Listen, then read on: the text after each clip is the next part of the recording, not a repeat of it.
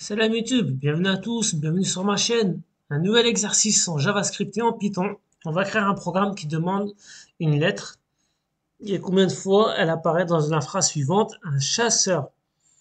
Ne rigolez pas, un chasseur sachant chasser sans son chien est un bon chasseur. Ouais, j'ai réussi.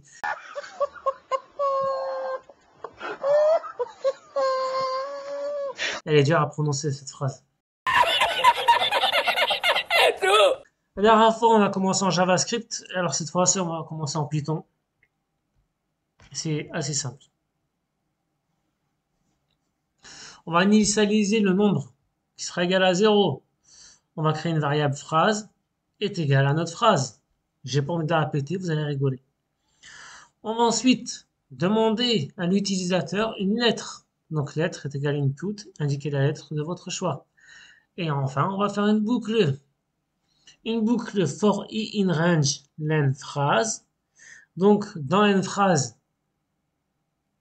on a le début de la phrase et la fin de la phrase qui est exclue. Len phrase.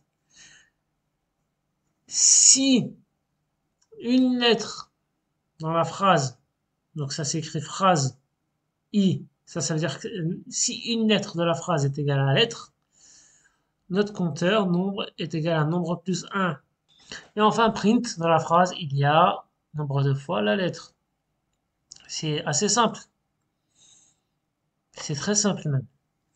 Donc n'oubliez pas, quand on fait une boucle for i in range, len phrase, phrase entre crochets i, ça veut dire chaque élément de notre phrase.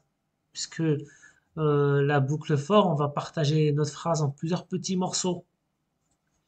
Et si notre lettre est égale, notre lettre de la phrase est égale à la lettre que l'on veut, et ben notre nombre il augmente. On va essayer. On va dire C. La lettre C. Dans la phrase, il y a 5 fois la lettre C. C'est facile. Passons au JavaScript maintenant. Sir, we were unable to acquire the droid on Jakku. I'm sorry, sir? I didn't quite get that. What about now? Is this good? Avec deux arguments. str, c'est notre phrase. Letter, c'est la lettre qu'on veut.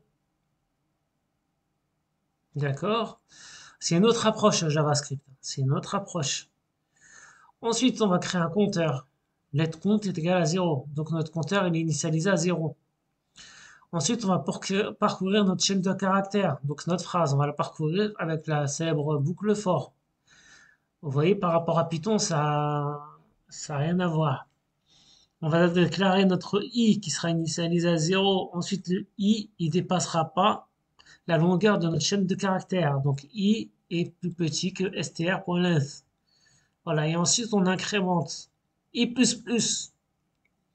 Ça veut dire qu'on va parcourir lettre par lettre. I++, ça veut dire lettre A, lettre 1, lettre 2, lettre 3, lettre 4. Ça parcourt notre phrase, notre chaîne de caractères, lettre par lettre. C'est pour ça qu'on incrémente plus à chaque fois, plus 1, plus 1, plus 1, plus 1.